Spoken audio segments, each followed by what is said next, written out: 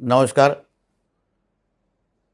आज माझ्या जन्मदिवसाच्या निमित्ताने ज्या सिंधुदुर्गच्या जनतेने आम्हा राणे कुटुंबांना, भारतीय जनता पक्षाला नेहमीच मतदानारूपी आशीर्वाद दिलेला आहे, भरभरून दिलेला आहे,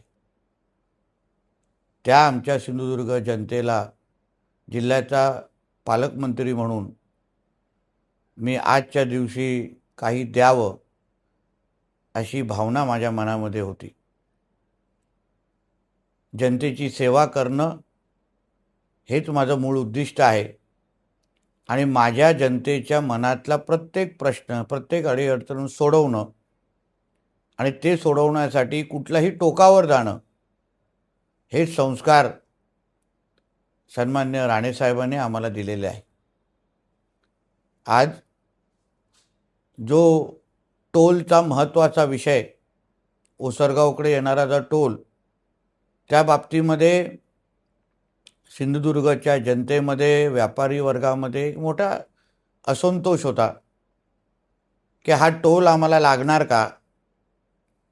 टोलच्या बाबतीमध्ये केंद्र आणि आमचं महायुतीचं सरकार आम्हाला काही सहकार्य करू शकतं का अशी भावना सगळ्यांमध्येच होती. आणि त्याच भावनेचा आदर ठेवून मी सिंधुदुर्गच्या जनतेला विश्वास दिलेला, शब्द दिलेला की ह्या बाबतीमध्ये निश्चित पद्धतीने सकारात्मक तोडगा काढला जाईल. आणि म्हणून आजच्या दिवशी मी माझ्या जिल्ह्याच्या जनतेसाठी एक सकारात्मक बातमी इथे देणार आहे.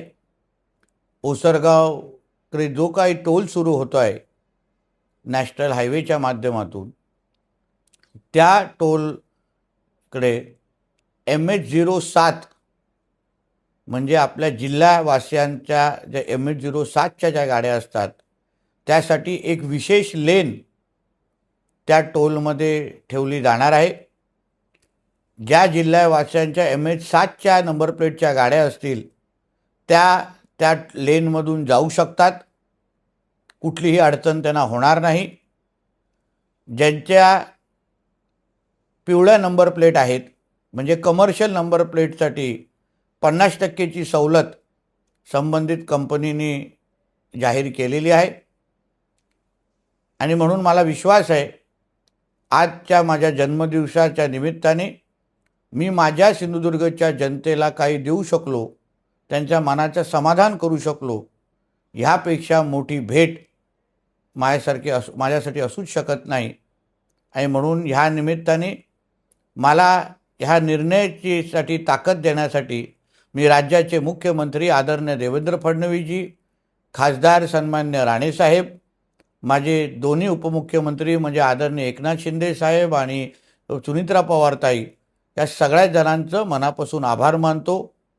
प्रामुख्याने आमचे नितीन गडकरी साहेबांचे पण मी आभार मानेन की त्यांनी या पूर्ण नॅशनल हायवेच्या रोडच्या निमित्ताने जिल्ह्यावासियांना जे काही सहकार्य केलं त्यासाठी त्यांचं मनापासून आभार मानतो.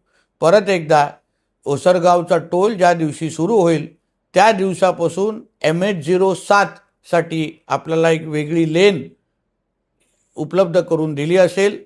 त्याच लेनमधून MH07च्या सगळ्या गाड्यांनी प्रवास करावा एवढं आवर्जून या निमित्ताने मी आवाहन करीन, माहिती देईन. धन्यवाद. जय हिंद, जय महाराष्ट्र.